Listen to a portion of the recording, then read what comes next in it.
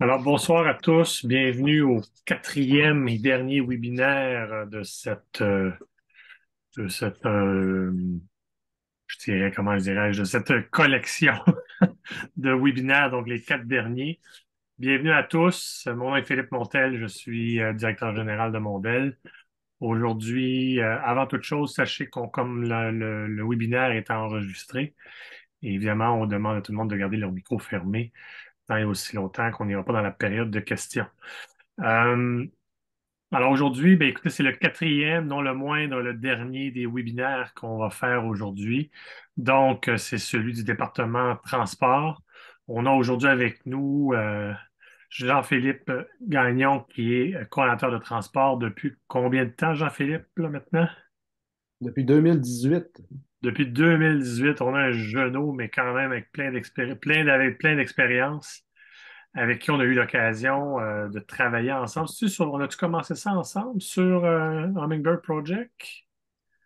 Ouais, ben, tu étais mon patron à ce moment-là, tu étais directeur de production, mais Ouais, c'est ça. bien avant, tu fus mon patron comme régisseur Ouais. en projet québécois local. Puis j'ai d'ailleurs fait beaucoup de régie pendant une dizaine d'années avant de me tourner vers les transports.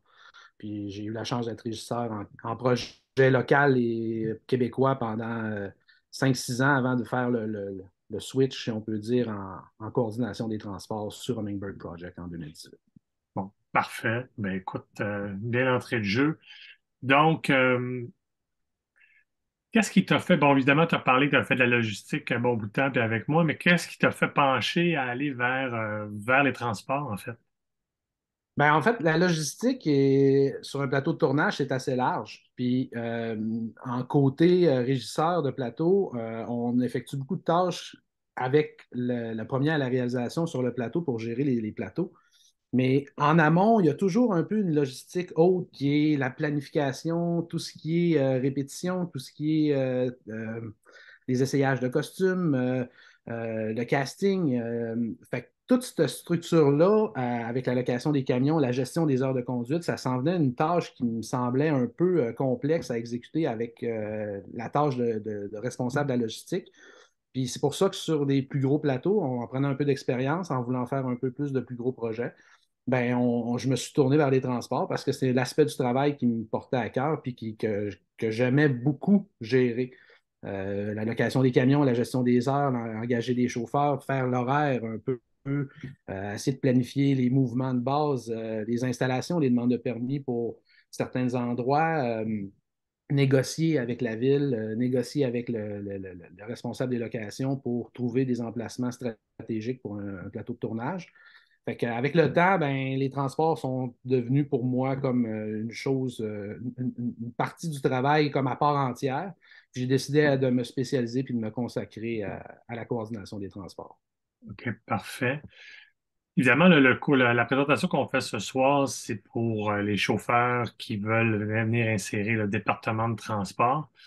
Donc, Jean-Philippe, tu vas un peu nous parler aujourd'hui en fait, comment un chauffeur doit, évidemment, tout le monde pense qu'être chauffeur, c'est juste prendre le volant, conduire, puis d'aller du point A au point B, puis c'est à peu près tout. Mais il y a beaucoup de tâches, il y a beaucoup de distinctions à faire là, qui fait que finalement, c'est vraiment un métier par ses responsabilités, par ses déplacements sur un plateau de tournage. Donc, évidemment, il y a toutes sortes de qualités à acquérir. Donc, je vais te laisser un petit peu nous expliquer un peu là pour toi, là, qu'est-ce qu'un bon chauffeur de plateau? Ou un peu chauffeur tout court là, sur ton plateau? Bon, premièrement, ben, effectivement, ça le dit, chauffeur dit chauffer, fait que ça fait partie de la job. Mais au-delà de chauffer et de conduire un véhicule, le chauffeur va avoir différentes responsabilités durant un plateau. Au sein du département de transport en production étrangère, par exemple, on a un département qui est propre à nous, qui est géré par un coordonnateur, puis j'ai une équipe de travail avec moi qui exécute différentes tâches au cours de la journée. Fait que tu peux être aussi bien attitré à un comédien, mais en particulier pour t'occuper de lui, devenir un peu une espèce d'assistant personnel, mais toujours être un peu à l'attention de ton comédien, prendre soin, aller chercher ses lunchs, s'assurer de ses déplacements de chaque location, prendre soin de sa famille qui vient le rejoindre. Tu peux être attitré aussi à des gens qui sont plus au plateau pour nous aider à coordonner un peu les mouvements de véhicules, pour aider à éclairer les cadres, faire en sorte que le cadre à la caméra est libre, bien, souvent, dans une location extérieure, ben, les chauffeurs sont appelés à exercer différentes tâches comme bouger des véhicules, s'assurer de respecter les paramètres de sécurité aussi. C'est qu'on a souvent des loading docks, il faut qu'on amène un camion, faire une rotation de camion, s'assurer que chaque département a son temps pour préparer le plateau. Fait on a des chauffeurs qui vont être plus attitrés au plateau en termes de logistique sur le plateau pour faire des mouvements propres à la caméra. D'autres chauffeurs qui vont être en amont, qui vont s'occuper de justement tout ce qui est offset, tout ce qui est la préparation des comédiens, pour ce qui est des essayages de costumes, pour ce qui est des pratiques d'effets spéciaux pour le maquillage. Leur arrivée à l'aéroport, par contre, aller les chercher, les amener à l'hôtel, lui faire visiter un peu le coin, s'assurer qu'on ait une présence pour un peu supporter tous ces protagonistes-là au sein de notre organisation. Euh, on a aussi les producteurs, les réalisateurs qu'il faut qu'on prenne un petit soin particulier pour eux. Tu sais, souvent, il y en a qui sont autonomes, mais selon les projets, ben, ça demande peut-être un peu plus d'accompagnement.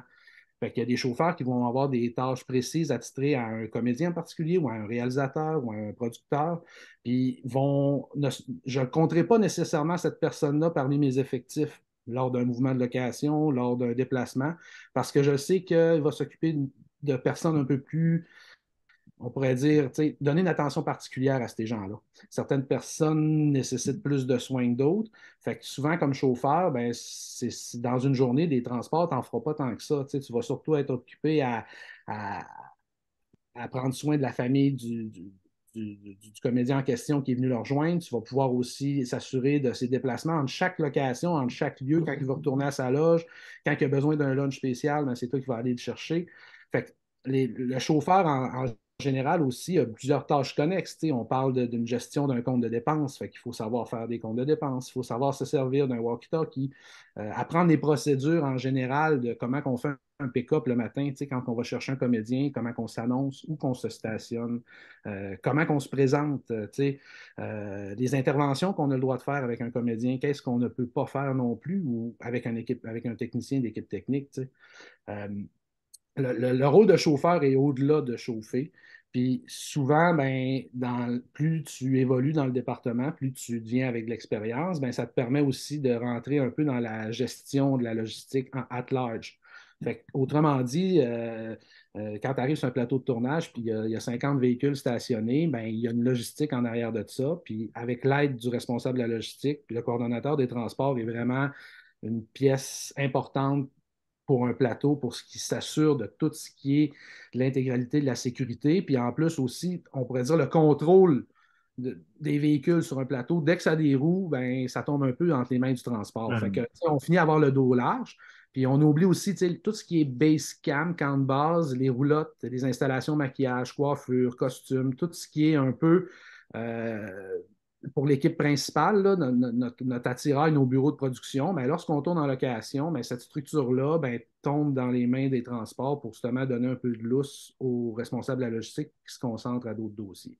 Fait que, les transports vont être appelés aussi à déplacer des génératrices, à déplacer des camions, à sécuriser un cantinier qui aide à reculer pour faire une manœuvre. Fait que, pour les transports, on va gérer au-delà du plateau, on va gérer beaucoup d'offsets, puis beaucoup d'installations en amont, puis beaucoup de désinstallations après, aller vider les toilettes quand c'est fini, ben, on va engager quelqu'un qui va aller chercher la toilette pour la ramener à son fournisseur. Fait que, pour ce qui est des transports, je pense qu'il y a plusieurs effectifs, il y a plusieurs postes que tu peux combler, plus spécialisés que juste chauffeur aussi. Donc, évidemment, sur une production québécoise, en termes d'équipe, d'effectifs, donc sur une production québécoise, il n'est pas fréquent qu'on ait un coordonnateur de transport, à moins que ce soit vraiment un gros film québécois, là, ou qu'il soit beaucoup plus costaud. Donc, on parle habituellement d'avoir, dépendant du film québécois, autour de 2 à 3 chauffeurs sur un film québécois, mais sur un film américain, ton équipe, là, en termes de poste, ça ressemble à quoi? Bien, on peut, tout dépendant de la structure, puis ça va beaucoup au quotidien parce qu'il y a des journées qui sont énormes, que tu vas avoir une vingtaine de comédiens, tu vas avoir des cascadeurs, tu vas avoir des figurants, tu vas avoir l'équipe technique à transporter parce que tu vas tourner hors rayon. Une équipe de base pour une production étrangère de chauffeurs, c'est autour de 6 à 8 chauffeurs de base. puis tu peux en rajouter 6 à 8 par jour supplémentaires pour venir appuyer ton plateau. À cela va se rajouter tous les chauffeurs qu'on appelle Team Move, qui vont faire des chauffeurs spécialisés qui vont s'occuper des déplacements de camions. Eux autres, qu'un moment donné, ben, les journées de tournage sont longues, il faut que nos gens se reposent, nos chauffeurs aillent se reposer un peu pour être capables de travailler le lendemain. Fait qu'on engage une structure offset qui est un move team qui s'occupe de déplacer toute notre structure pendant qu'on dort pour l'amener à l'autre place le lendemain. Fait que sur des grosses productions américaines où ce qu'on a beaucoup de moyens, ben, c'est sûr que toutes ces structures-là vont être en application.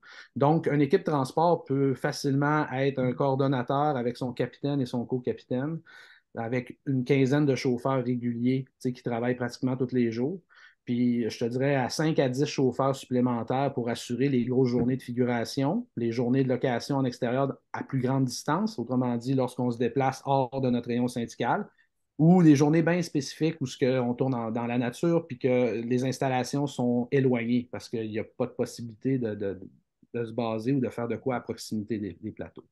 Fait que je te dirais qu'une équipe de transport en américain, ça peut aller jusqu'à facilement 25 personnes. Là, puis d'expérience, j'ai eu des équipes facilement jusqu'à 20 chauffeurs des journées là, pour subvenir aux besoins de la production.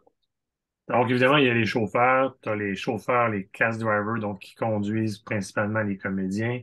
Tu as des chauffeurs qui conduisent des réalisateurs, des producteurs. Puis tu as aussi, normalement, un chauffeur qui est au plateau, qu'on appelait communément un head driver, là, le chauffeur le plus élevé. Donc, c'est quoi son rôle à lui? Parce qu'on essaie de présenter aux gens un peu la, le, pas le déplacement, mais la chronologie, si on veut, d'un chauffeur de ce départ jusqu'à où il peut se rendre par après. Ben justement, le head driver va être un chauffeur normalement qui a un peu plus d'expérience parce qu'il va être appelé à gérer les mouvements de véhicules au plateau. Ça va être un peu les yeux du coordonnateur de transport sur le plateau de tournage, en collaboration avec le premier assistant à la réalisation, puis le 7 pieds qui est les yeux du régisseur sur le plateau, qui fait partie du département de la logistique. Le head driver, ou le chauffeur qui est attitré au plateau, va superviser l'approche des navettes, va superviser le mouvement des camions parce que souvent, selon le cadre de la caméra, lorsqu'on tourne en extérieur, on va être appelé à changer de cadre souvent, à renverser. Ouais. Ça va occasionner différents mouvements de camions. Mais tous ces mouvements de camions-là ont une durée, un temps. Fait que souvent en amont, dès qu'on peut, dès qu'on voit que c'est libre, ben, on a quelqu'un des transports sur le plateau qui s'occupe de dégager les places, qui s'occupe de déplacer les camions avant qu'on soit rendu sur eux puis qu'on soit dans le shot. On va toujours essayer de clairer la prise de vue que le réalisateur veut faire, puis essayer même de le faire en amont, en avance, pour ne pas retarder le tournage. Fait que le head driver va être appelé à être présent au plateau, devrait vraiment donner une présence transport pour coordonner les arrivées de véhicules, pour caler les navettes, pour dire tel comédien est en approche, je le mets en avant, inquiétez-vous pas, la vanne s'en va bientôt, je fais juste débarquer le comédien qu'on attend pour la scène. OK. En même temps, en québécois, quand on tourne, ben, on n'a pas cette structure-là. C'est un peu le département de la logistique qui assure ça. En québécois, ça serait la job du 7 piliers un peu qui nous donne des cues, qui contrôle un peu le plateau, l'assistant de production de plateau, va nous donner un peu d'informations au chauffeur s'il n'y a pas de head driver sur le set parce que la structure n'est pas suffisamment grosse.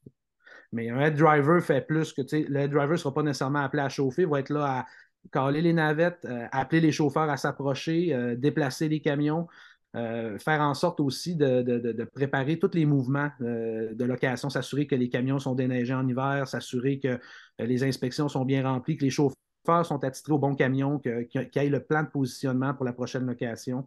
Fait que le head driver fait partie un peu des gestionnaires du département de transport. C'est les yeux du coordonnateur de transport. Puis il va aider beaucoup le capitaine de transport aussi, qui est comme un autre gestionnaire du département, qui s'occupe beaucoup de tout ce qui est gestion des heures, ramasser les logs, euh, tout ce qui pourrait, dans le fond, servir à supporter, dans le fond, le capitaine. Dans le fond, le head driver va être notre présence de transport au plateau. Fait que, dans le fond, OK. tout ce que nous, on est en gestionnaire en amont, si on va visiter une location d'avance, ben, on peut dire, ah, je ne sais pas si demain, les électros ont deux génératrices, je ne m'en rappelle plus. Je vais appeler mon head driver au plateau, je vais dire, va voir le chef, va voir le best boy, m'en-dit qu'est-ce que... C'est tes yeux et tes oreilles, en fait. Ça devient tes yeux et tes oreilles. OK. Exactement.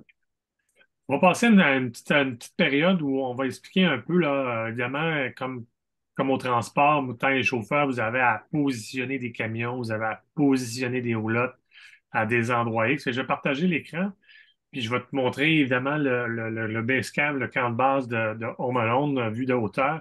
Et évidemment, je vais le rouler en fonction de tes demandes, là.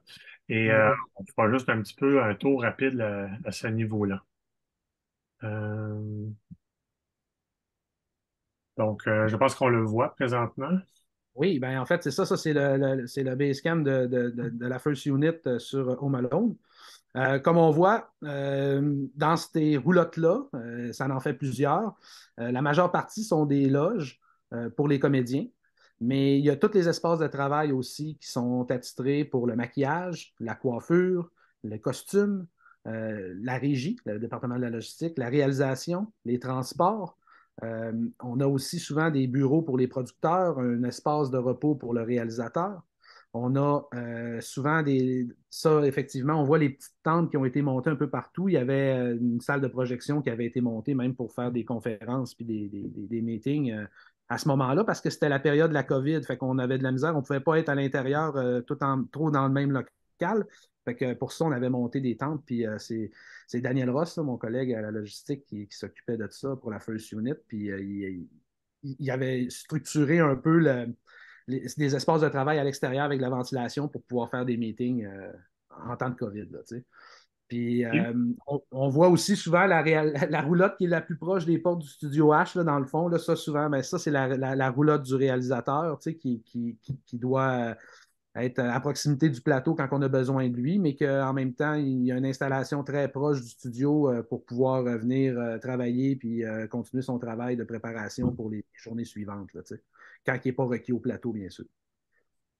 Alors, Euh, on peut remarquer ici que tous les voitures, les 7 passagers qui sont près des roulottes, ce sont les chauffeurs. C'est la position de stand-by, principalement des chauffeurs qui attendent soit leur comédien ou soit leurs clients. Euh, Exactement. Fait que on voit que les chauffeurs sont toujours en attente. On a toujours à la base, au plateau, on essaie toujours d'avoir une zone qu'on appelle la zone de navette. Les chauffeurs vont se mettre en ordre selon leur arrivée au plateau pour faire des rotations. Effectivement, quand que les gens vont être appelés vont être appelés au plateau, la réalisation va s'approcher près de la tente à l'entrée, près de la vanne blanche, puis il va sûrement dire OK, j'ai mes 3 comédiens qui s'en vont au plateau, j'ai mon maquillage, ma coiffure qui va suivre pas longtemps après. Fait que ces chauffeurs-là sont là pour amener les comédiens aux différents studios sur le site. Ça, c'est le site de Melz qu'on voit. Fait que, il y a différents studios, les 8 studios qui sont un peu partout sur le site. Fait que les chauffeurs vont être appelés à déplacer les comédiens puis à les amener à bon point. Et tous les techniciens, bien sûr, qui ont besoin de transport. Évidemment, tes roulottes, quand tu les installes sur un camp de base, tu ne mets pas juste n'importe comment. Il y a vraiment des positions très précises pour répondre aux besoins de chaque département. Mais oui, il faut c'est sûr qu'on va s'asseoir avec la réalisation souvent, puis la production, mais la réalisation a souvent son mot à dire pour nous dire, ben moi, tel comédien, j'aimerais ça qu'il soit proche du maquillage coiffure, il y en a beaucoup de préparation à faire.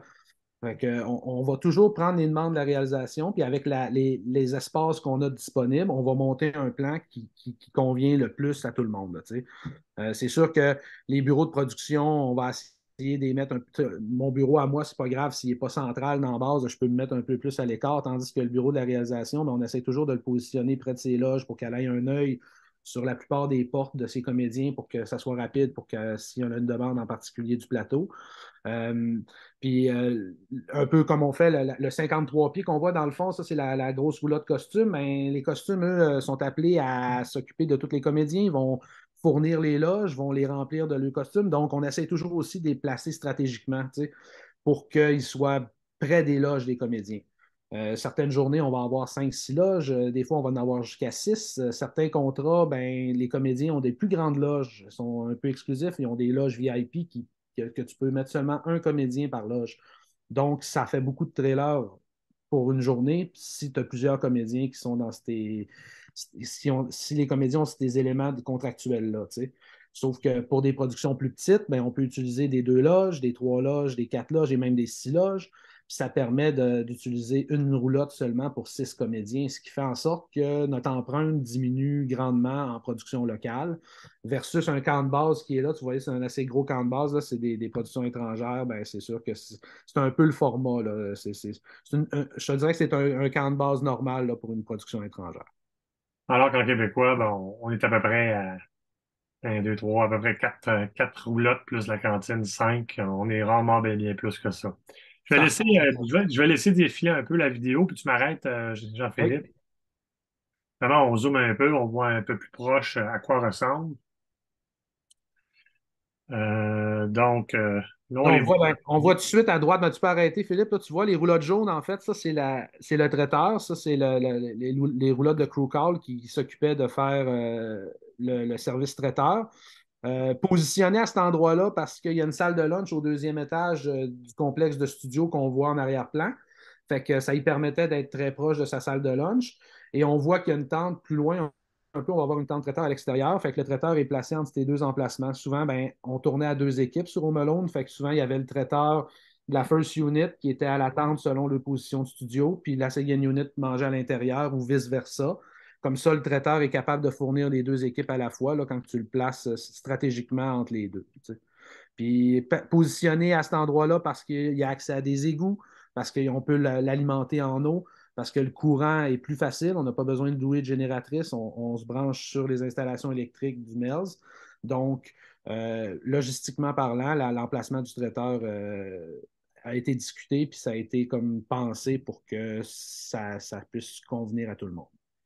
Là, on voit le studio, le fameux studio K, où on avait un gros sas, là, une porte de garage qui a été rajoutée parce que le décor était trop gros. Tout était rempli à pleine capacité dans le décor. On n'avait même pas de place à ouvrir les portes. Ça créait du vent, puis ça faisait lever la neige parce que c'est un décor qui était rempli de neige. Fait que mon collègue, ben, Dan Ross, a décidé de faire bâtir un gros sas à l'entrée pour faire une espèce de zone tampon. Donc, on a pu couper l'air pour ne pas faire lever la neige quand on ouvrait les portes du studio, puis surtout faire un stage d'équipement à l'entrée où ce que tout le monde pouvait approcher un peu son équipement pour être plus près. Parce que vous voyez, les camions, on a dû les reculer un peu. On a même monté 4 tentes des abris tempo de 18 par 24 pieds, je crois, chaque, pour pouvoir approcher l'équipement parce que les camions, comme vous voyez, en avaient jusque l'autre côté de la passerelle, là, on pourrait dire dans le chemin qui mène à l'entrée principale du MELS. Là. Mais on avait des camions jusque-là parce qu'on utilisait l'espace pour. On prenait des sas, ça nous prenait un accès toilette, mettre du traiteur, mettre du craft parce qu'à l'intérieur, on ne pouvait rien rentrer dans le studio. Fait qu'encore une fois, les transports, on s'adapte. Ça, c'est une situation parfaite à démontrer pour te montrer que souvent, on aimerait ça être collé au studio, puis idéalement, tous les camions auraient rentré des tentes blanches. On n'aurait pas eu besoin de tentes parce que les camions auraient servi de stash, mais avec les espaces qui étaient restreints, ben, on a dû composer avec une situation qu'il fallait approcher l'équipement pour donner une chance à tous les départements, puis pas favoriser un ou deux seulement. Puis de cette manière-là, ben, tout le monde a pu opérer puis tourner dans cette journée-là. Tout ce que ça demande, c'est plus de préparation le matin pour approcher puis déloader les camions. Puis le soir, un peu plus de temps pour les râper puis ramener l'équipement. Donc, ça arrive aussi que les chauffeurs aient à déplacer, bon, ben, un jour des camions qui sont positionnés, puis aussi à déplacer de la machinerie. On voit ici des nacelles. Donc, ça arrive très fréquemment que des fois que les chauffeurs qui ont leur carte pour manipuler ces équipements-là puissent les déplacer d'un point A à un point B pendant la journée. Ben, c'est ça. C'est sûr que toutes ces cartes de compétences-là sont super importantes, surtout pour les chauffeurs qui aspirent à devenir head driver, pour ceux qui aspirent à devenir des chauffeurs spécialisés au plateau. Comme vous voyez en studio, des nacelles, on en a une tonne à déplacer. Ils sont toujours dans nos jambes, ils sont sortis du studio. Quand on arrive avec nos camions, il faut qu'on aide les gars qui sont capables de la bouger. Il ne faut pas toujours aller demander de l'aide aux autres. Fait que je te dirais que la logistique de transport fait en sorte que toutes les cartes de compétences, qu'ils soient pour les scissor lifts, les forklifts, les zoom boom, mais c'est important que dans ta gang de transport, il y ait le maximum de tes chauffeurs qui aient ça pour pouvoir les bouger en cas qu'il faut que ça bouge. T'sais. On est au transport, ben, on a besoin de ça. Là, ma carte est en train de se loader, mais évidemment, il y a un travail de préparation à faire avant l'arrivée des camions à un endroit. Donc, lors des déplacements, quand vous faites affaire avec une compagnie de location de remorques, vous avez un plan qui est fait d'avance pour savoir où les remorques s'en vont. Puis évidemment, ben, tout le département de transport est plutôt ou moins au courant de ce positionnement-là pour une raison X. Mais ici, on avait, donc c'est lors d'un autre film, celui-là qui est C'est celui-là, Transformer. Transformer, le dernier qui a été tourné à Montréal. Donc, ça, est-ce que ça, c'est ta deuxième équipe? C'est ta second Oui, unit? Oui. ça, c'est OK. la deuxième équipe quand on tournait à Saint-Eustache. On tournait à Adessa, le gros site de voitures, là, de vente aux enchères pour les Ouais. véhicules. On avait une partie sur le terrain, une grosse partie du terrain qui était réservée pour un décor. C'est là qu'on faisait les poursuites, c'est là qu'on faisait toutes les chaînes. Ben, la plupart des scènes de voitures ont été faites devant les green screens à cet endroit-là. OK. Euh, L'emplacement était connu. La first unit, la second unit, on a tout tourné là. Je vous dirais que dans l'ordre chronologique, une fois qu'on a identifié un lieu de tournage, on envoie le coordonnateur de transport, son capitaine, puis souvent un chauffeur avec lui peut être là pour prendre des notes puis nous aider à prendre des mesures. Le terrain la réalisateur va nous dire OK, moi je fais ma shot là, toute la technique va enchaîner en disant OK, on va mettre un mur comme ça, on va connaître les paramètres techniques du plateau lors des Ouais. visites techniques. Puis suite à ça, on va voir les angles morts, puis nous autres, on va voir où on peut se cacher, où on peut envoyer toutes ces roulottes-là, où est-ce qu'on peut mettre les camions techniques pour que l'équipement soit acheminé au plateau sans trop de difficulté. Puis en amont, on va aller mesurer, on va faire des plans, on va faire surtout aussi une petite map pour identifier les chauffeurs qui vont travailler de nuit, qui ne sont pas habitués ou qui n'ont pas été là souvent. Mais normalement, dans nos gestionnaires de Move, il y a tout le temps des gars qui ont été voir le terrain avec nous avant pour justement diriger les autres qui n'ont pas vu les lieux. Puis suite à ça, ben, on va pouvoir aller se positionner sur le terrain, établir un plan bien précis, encore une fois, validé par la réalisation et la production pour s'assurer qu'ils n'ont pas de demande particulière pour la journée de tournage qui va suivre. Puis Mhm. durant la nuit qu'on dort, ben, nous autres, notre équipe de Move va s'occuper de déplacer les roulottes. L'équipe de nos roulottes de location va s'occuper de déplacer toutes les roulottes, les amener précisément dans la position qu'on aura établie. Fait que les plans de positionnement sont super importants parce que ça correspond à notre logistique le matin. Puis ça permet d'identifier en amont toutes les salles. Fait que les loges vont pouvoir être identifiées d'avance. Tu sais, comme là, on voit, là, c'était la second unit, il n'y avait pas de comédien principal. On voit, il y a des 6 loges, il y a 4 6 loges. C'est une journée, c'est juste des stunts. Second unit, c'est souvent ça. Là, on fait souvent des prises qui sont des action units ou des stunt units. Fait Ouais, qu'on fait pour le bienfait des gens, là, pour le bienfait des gens, là, les first units, c'est principalement les comédiens principaux qui jouent. Donc, on installe avec les comédiens principaux. Il peut arriver qu'il y ait des cascadeurs, mais généralement, non. La second unit, c'est concentré effectivement principalement par les cascadeurs, les gens qui font ou les poursuites ou les batailles, etc. Et des fois, on a une troisième équipe qui est une équipe beaucoup plus petite, qui, elle, fait souvent des plans pour ajouter sur des green screens, des plans, des inserts, etc., etc. Donc, évidemment, je pense que la troisième équipe, c'est assez rare qu'on a des roulottes, là, donc c'est vraiment des équipes beaucoup plus petites, je dirais. Ouais, tout à fait. Comme tu dis, ceux qui font des plates, tout ça, souvent dans la troisième, c'est des insert units. C'est souvent seulement un caravane, un camion qui vont suivre avec la caméra pour aller tourner. Second unit, ben, on avait quand même notre structure de craft, on avait quand même notre structure CCM parce qu'il fallait quand même préparer certains stunts pour les mettre à corps avec les comédiens, les habiller comme leur doublure, si on veut, parce qu'ils doublent souvent les comédiens, fait qu'il faut quand même que ça se tienne. Fait que c'est pour ça que dans le fond, la second unit, on est appelé aussi un peu comme la first à se déplacer selon l'horaire de tournage et surtout l'emplacement des lieux de tournage. Super. Donc, grosso modo, le département de transport, ses principes relations sur un plateau, ce sont la réalisation, la logistique, la production et la réalisation. Donc voilà, c'est pas mal les principaux, là. Le département des lieux de tournage, Tournage, oui, les effectivement. locations sont très importantes. On a beaucoup une collaboration étroite. Logistique, c'est les bras droits des transports. Là, on parle la même chose tout le temps. On est toujours dans les mêmes enjeux. Ça se complète très bien. Tu sais. Aux locations, ben, ils nous aident en amont, ils nous aident à signer les places, à trouver des emplacements stratégiques. Puis surtout, tu sais, nous autres, on peut voir des terrains qui sont intéressants pour mettre notre barre de base, mais ça ne veut pas dire que les propriétaires des terrains sont intéressés à nous louer. Tu sais. Ah, C'est ah. pour souvent, le département des locations est un arme incroyable parce que tu peux mettre quelqu'un qui s'en va rencontrer le propriétaire, qui lui montre qu'on est assuré, puis lui montre notre plan de positionnement, voici ce qu'on ferait, à quelle heure qu'on arriverait, puis prouver qu'on est vraiment structuré, qu'on lui met un contrat en bonne et due forme, puis on va respecter notre contrat. On va arriver à telle heure, on va être parti à telle heure, on va payer tant pour notre utilisation, puis à la fin, s'il faut, on va ramasser, on va faire balayer. Tu sais. En cinéma, on a quand même des hauts standards de qualité pour ce qui est de nos installations, puis on doit les respecter parce qu'on compte toujours revenir à ces endroits-là, puis il faut garder des bonnes relations avec nous. Parfait. Donc, pour un chauffeur, donc, évidemment, on lui loue un véhicule X selon, bon, évidemment, si on amène Brad Pitt, ça risque d'être un véhicule un peu supérieur à certains. Euh, les plus grandes qualités d'un chauffeur, là, bon, mis à part le fait qu'on lui fournit des véhicules, avec toi, ta relation, euh, pour lui, là, c'est quoi une journée type? C'est une journée pour le chauffeur, là, quand il commence une journée de travail, là, Ben, ça ressemble à quoi comme journée type?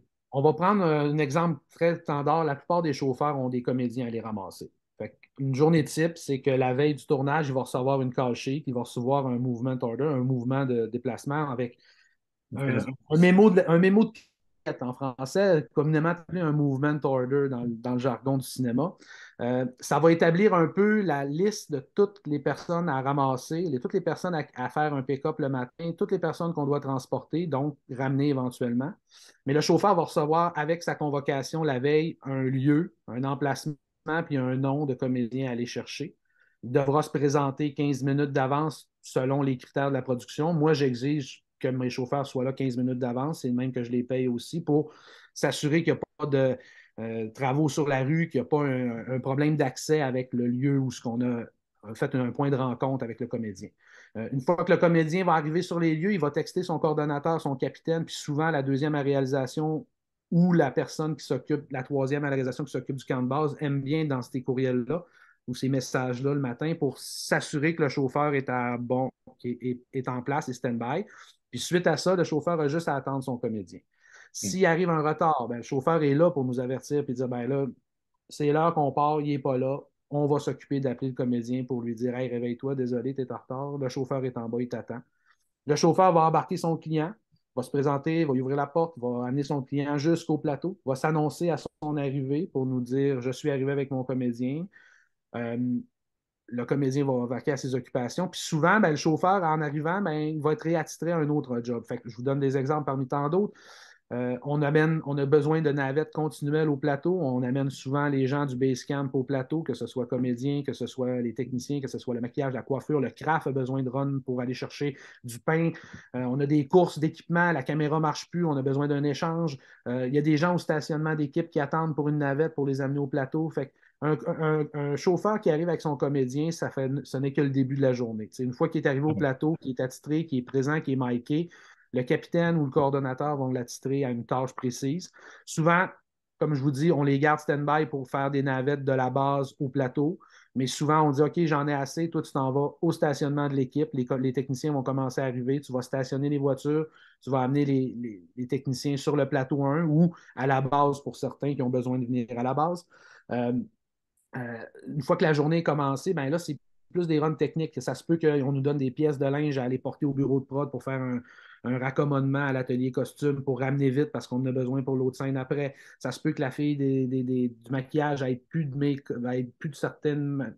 Un maquillage qui manque, elle va faire une commande. Nous autres, on va aller le chercher pour la fournir dans la scène après. On a souvent, dans des cas de prosthetics, là, des masques, des affaires qui vont être faites à l'atelier, des effets spéciaux qu'il va falloir qu'on nous autres, on assure le transport pour ce matériel-là. Tout ça en même temps que transporter nos comédiens, le réalisateur, les techniciens, déplacer les camions sur le plateau, amener le monde manger, les figurants qui rentrent plus tard, qui ont besoin d'un lift pour les amener au plateau. Fait que le début de journée d'un chauffeur est souvent relax avec un petit pick-up. Puis une fois qu'il est arrivé au plateau, ben là, il devient un peu disponible pour toutes les tâches qui se montrent à lui. T'sais.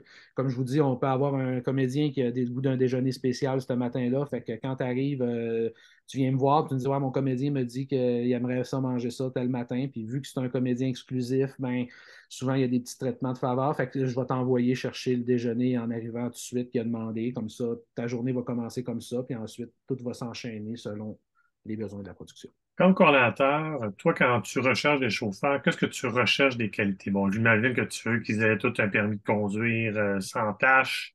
Évidemment que quand tu regardes leur dossier de conduite, ils font pas des excès de vitesse continuellement puis qu'il leur reste 2 points de démérite. J'imagine que en plus de cette situation-là, tu dois aussi regarder leur personnalité. Ben, c'est sûr qu'on a besoin du monde qui sont ponctuels parce qu'on s'entend, les retards en transport sont dommageables pour l'horaire de tournage de toute une production. Fait qu'on aime beaucoup les gens ponctuels.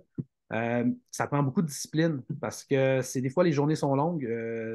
On a besoin de s'occuper puis de ne pas perdre le focus, écouter ce qui se passe, pas manquer les cues parce que souvent l'information qu'on donne en début de journée est valable jusqu'à la fin de la journée. C'est bon d'avoir suivi les conversations.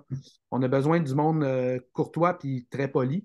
On n'a pas toujours des clients faciles. On a du monde qui sont un peu difficiles. Puis tout le monde a des mauvaises journées, ça arrive. Fait que souvent, c'est d'avoir du monde aussi très discret, une discrétion irréprochable pour pouvoir faire sa job, se concentrer sur la route, puis surtout pas déranger l'autre en arrière. Tu sais, les appels personnels, les comédiens ont une vie. Tu n'as pas besoin d'écouter ce qui se dit. Tu focuses sur la route, tu fais tes affaires, tu mets un peu de musique pour lui. Attentionné pour ça, pour voir un peu les signes. Le comédien, s'il ne veut pas parler puis veut apprendre son texte, tu sais, ferme-toi. Tu Ouais. sais. Je Mhm. veux dire, ça rentre un peu dans la discrétion, mais on a besoin vraiment des chauffeurs qui sont au-delà de savoir chauffer et d'avoir un permis de conduire valide, ben, ça prend plusieurs aptitudes pour être chauffeur. Puis durant les cours, ben, on va en parler parce qu'on va établir un peu, ce peu les principales qualités d'un chauffeur qu'on recherche. Parfait. En terminant, Jean-Philippe, évidemment, bon, évidemment, ça fait pas des décennies que tu le fais, mais depuis 2018, là, moi, que ça fait bientôt, ça fait 5 ans. Comment tu vois l'évolution de ce département-là? Tu sais, il y a des départements, ça va vite parce qu'ils ont des technologies qui vont excessivement vite. Est-ce que dans ton département, à toi, est-ce que tu le vis, ce changement-là, assez rapidement de certaines situations? On vit beaucoup de bouleversements au transport parce que on a la réglementation qui n'arrête pas de se resserrer autour de nous avec les années. Là, on est sur les dossiers des DCE qui commencent, là, les dispositifs électroniques de contrôle dans les véhicules. On aimerait s'en sortir, mais il y a une production ou l'autre un jour qui va être confrontée à utiliser ces fameux systèmes-là parce qu'ils ne rentreront pas dans les critères d'exemption. On a aussi le fait que, là, quelques années, quand j'ai commencé, les, tous les départements conduisaient pratiquement le camion. Tu sais, tout le monde, dans les électros, Ouais. avait toujours un classe 3, un classe 1 dans leur poche. Tout le monde était pas mal autonome. Les transports, on lui disait où se stationner, on les accueillait au plateau, puis ça se limitait pas mal à ça. Maintenant, ben, il faut les conduire parce que les techniciens n'ont plus les permis spécialisés, puis souvent, on est rendu qu'on se conforme aux normes. Donc, les heures de conduite sont examinées. Puis, une journée de tournage étant trop longue, souvent après 2, 3 jours, tu deviens illégal pour chauffer. Fait que ça te prend une structure de transport logique, puis ça prend des permis spéciaux. On a de plus en plus de machinerie. Tu sais, les nacelles sur les plateaux, les forklifts, les ci, les ça. Ben, souvent, avant, les électros les bougeaient. Il y en avait un, puis ils s'en servaient tout le temps. Maintenant, on a des fois deux, trois. On les positionne en amont pour qu'ils puissent se riguer. Une fois qu'ils sont rigués, on s'en va les installer. Fait que souvent, ça prend soit du monde au transport pour les chauffer. Fait que, comme je vous dis, on demande de plus en plus au transport de déplacer des nouvelles structures. Les gros films américains sont arrivés, fait que on a de la gestion aussi de permis à faire pour faire venir des affaires des États-Unis, pour faire venir de l'équipement spécialisé de Los Angeles, pour avoir les Transformers, là, quand les autos sont arrivés des États-Unis, là, c'était drôle en maudit de voir les chauffeurs de van qui arrivaient au studio, qui déloadaient, puis ils se rendaient compte qu'il y avait les chars de Transformers depuis Los Angeles, mais qu'il n'y en avait pas une crise d'idée. Là. Ouais, c'est ça. Fait que, le département de transport est rendu plus spécialisé dans ce qu'on fait. Puis, on pourrait dire aussi que les productions sont plus conscientes des enjeux légaux sur les Ouais. heures de conduite. Fait que ça fait en sorte qu'on a plus de travail au transport, puis on a une pénurie de main-d'œuvre qui est flagrante en termes de chauffeurs spécialisés, puis en termes de team move. Puis des journées que je me cherche 10 chauffeurs supplémentaires, là, c'est difficile de trouver les véhicules, mais c'est encore plus dur de trouver des chauffeurs. Fait que la main-d'œuvre, dans le fond, est spécialisée. Puis il y a beaucoup de hauts et bas dans notre industrie. On a du travail souvent à l'année en production locale, mais les productions étrangères sont plus saisonnières. Fait que, on a besoin d'effectifs spécialisés pour subvenir à ces productions-là qui demandent beaucoup d'effectifs et qui demandent beaucoup de connaissances pour le plateau pour que tu ne fasses pas perdre de temps à la réalisation. Super. Merci, Jean-Philippe. Je vous rappelle que c'est le dernier webinaire de transport qu'on fait avec Jean-Philippe Gagnon. On va passer à la période de questions. Ben, en fait, il y a juste une personne, donc s'il y a une question, tu te gênes pas ou plusieurs, c'est le temps. Oui, ben, vous m'entendez? Très bien. Parfait, merci. Ben, merci de me recevoir d'abord dans votre webinaire. Je voudrais juste dire que je suis très content qu'il y ait une école comme ça parce qu'il existe des écoles où les gens apprennent la théorie du cinéma, des plateaux, etc. Et souvent, c'est pour faire de la réalisation mais ou un mélange de différents postes, Mhm. alors que vous, c'est vraiment des métiers, hein, finalement, là, Ouais. par département. Fait que ça, je trouve ça vraiment intéressant. Au niveau du département, justement, la formation pour les chauffeurs, est-ce qu'on peut parler un peu plus de l'école? Qu'est-ce qu'elle va nous apporter? Là, on a parlé de la fonction du chauffeur, pas mal en détail, Ouais. mais l'école versus apprendre sur le tas, comme on pourrait Ben, dire. ouais. Ben, je vais répondre assez rapidement dans ce cas-là. Ce qui arrive depuis il y a plusieurs années, on avait un peu plus le temps pour former les gens sur les plateaux parce que les équipes étaient plus petites, parce qu'il y avait moins de grosses productions étrangères, ils allaient sur les films québécois, ils se formaient un petit peu. Maintenant, je vous dirais depuis 5 ans, la pénurie de main-d'œuvre a augmenté rapidement et drastiquement. Donc, on comprendrait qu'un gars comme Jean-Philippe, quand il cherche des chauffeurs, puis ça roche pour le lendemain matin, ben lui, il n'a pas le temps le lendemain matin de lui expliquer le cadre de son travail, où se positionner, comment s'installer, préparer, etc. Même s'il y a une équipe autour de lui, ça va très, très vite et souvent, c'est très compliqué. L'avantage de Mondial, c'est vous commencez déjà avec un réseau professionnel par soit Jean-Philippe qui donne le cours ou quelqu'un d'autre, ce que vous n'avez pas dans les autres écoles ou un peu ailleurs. Vous allez connaître les équipements, vous allez connaître les réglementations, parce que c'est bien beau vous donner un véhicule, mais si vous connaissez pas les réglementations, qui viennent avec, ben c'est pas nécessairement en votre faveur. Ça ne l'est pas pour la production, puis ça ne l'est pas envers vous. Donc, il y a tout ce côté-là. Au niveau des technologies, au niveau des véhicules, on vous l'explique, on va travailler ensemble, on vous explique les lois. Euh, Puis vous allez avoir une forme de reconnaissance auprès de vos pairs parce que vous allez ressortir de chez Mondel avec tous vos cartes de certification, que ce soit pour Oui. déplacer des livres, que ce soit votre cours sur la loi 430, vos cours de premiers soins. Il y a un paquet d'éléments super importants dans lesquels on va vous l'expliquer. Ce qui est à noter, qu'on ne peut pas offrir, mais que vous allez devoir faire, c'est d'avoir aller chercher votre 4B, c'est-à-dire de conduire un minibus. Je pense que c'est encore dans le cadre de l'Actis, Jean-Philippe. Je pense que tous les chauffeurs doivent avoir leur 4B maintenant pour aller travailler, mais c'est un examen théorique qui se fait à la SAC très rapidement. Ça prend à peine 1 heure ou deux, puis c'est fini. Mais vous avez dans cette obligation-là, c'est une réglementation des statuts et règlements de l'ACTIS, donc pas de nous autres de Mondel. Puis évidemment, bon, ben, je peux pas donner les examens de la SAC chez Mondel. Mais on essaie, en fait, on n'essaie pas. Notre but, c'est de s'assurer que les gens qui ont terminé chez Mondel leur formation, d'avoir déjà eu un portrait global de dans quoi ils s'embarquent, puis d'avoir des connaissances. De manière à ce que le head driver ou le capitaine qui vous appelle sur votre walkie-talkie, ben, vous avez déjà une compréhension de ce qu'est un stand-by pour les navettes, où vous allez vous installer, votre géographie, elle est où, suivre, comment lire les documents, parce que ça aussi, on oublie souvent, mais vous avez plusieurs documents par jour dans lesquels on vous demande de bien les lire et les assimiler pour être prêt pour le lendemain matin. Donc, on vous apprend vraiment à connaître les grandes lignes de cette industrie qui est super belle, mais qui malheureusement, vous l'avez dit d'entrée de jeu, il n'y a pas d'école de formation comme telle pour vous amener vers ces métiers-là. Vous en avez des écoles, vous avez des universités qui forment effectivement Mm.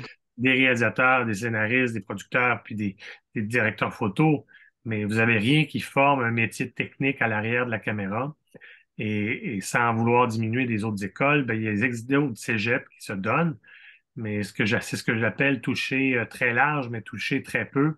Ouais. Donc, au bout du compte, vous ressortez de ces écoles-là à recommencer au bas de l'échelle. Il n'y a OK. rien qui se donne au niveau des transports, il n'y a rien qui se donne au niveau de la logistique.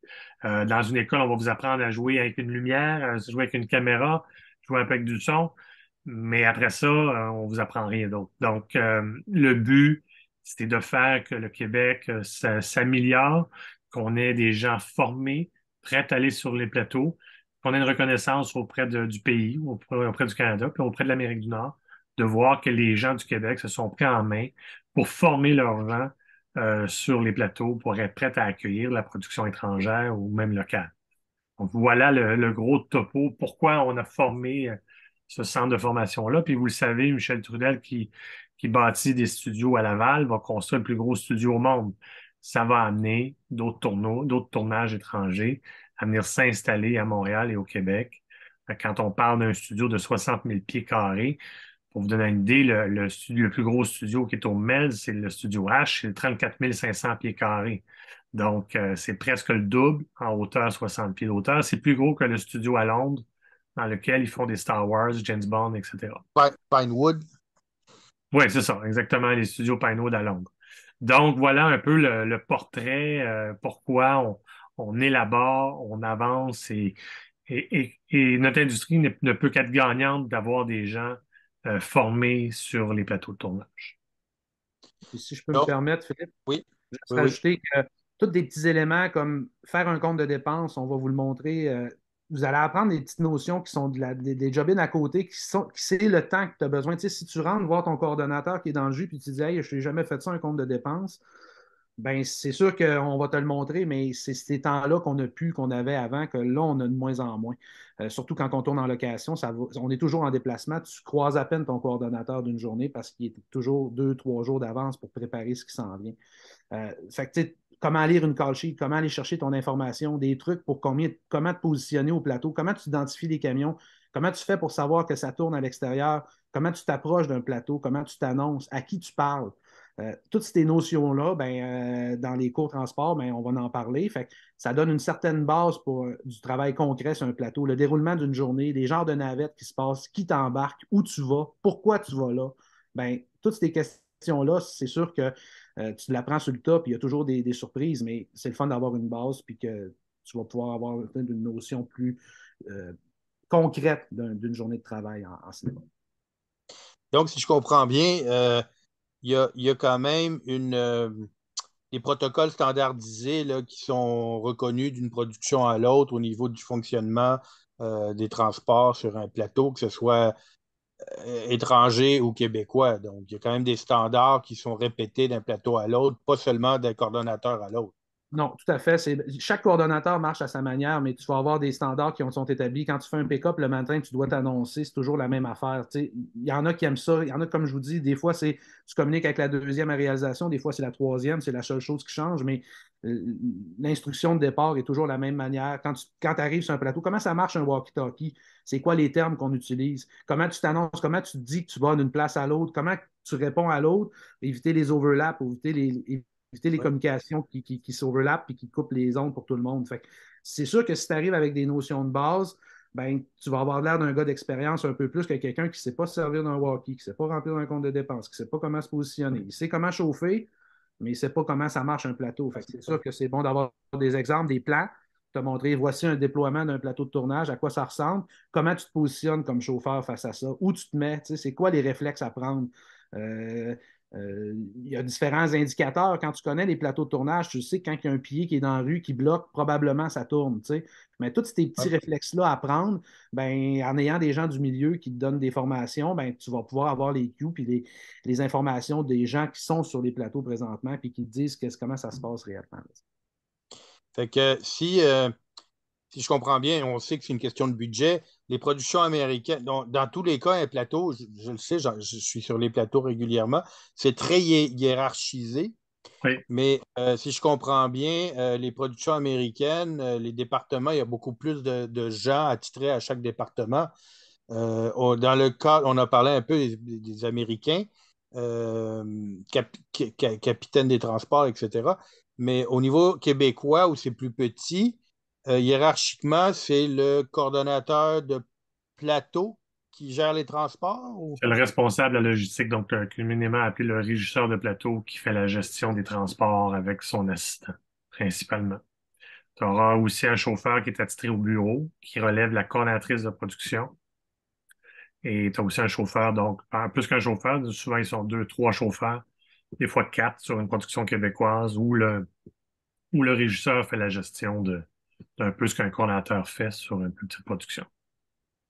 Et là, de toute façon, sur les productions québécoises, on a plus de monde qui conduisent leur camion, les éclairagistes conduisent leur camion, la caméra conduit son camion, les machinistes conduisent leur camion. Ceux qui conduisent plus leur camion, à une époque, c'était surtout les costumes conduisaient leur camion, mais là, maintenant, c'est pas mal terminé, même en québécois, ne conduisent plus leur camion du tout. Donc, il y a plusieurs éléments. Si je comprends bien, le département de transport, ça fait pas longtemps qu'il est reconnu, je crois, hein? Le département de transport est très reconnu aux États-Unis. C'est très puissant comme département aux États-Unis, beaucoup plus qu'ici. Mais c'est reconnu complètement.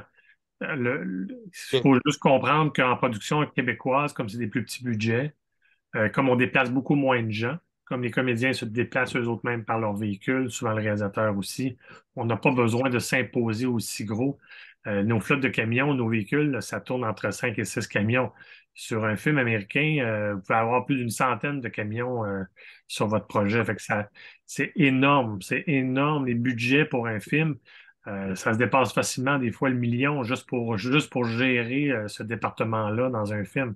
Donc, c'est beaucoup d'argent, mais si on, comme dans le fait, on veut attirer avec de plus en plus de productions étrangères, ben, ça prend des départements de transport qui sont disponibles et qui sont formés. Les producteurs américains euh, ont demandé trois choses ici au Québec.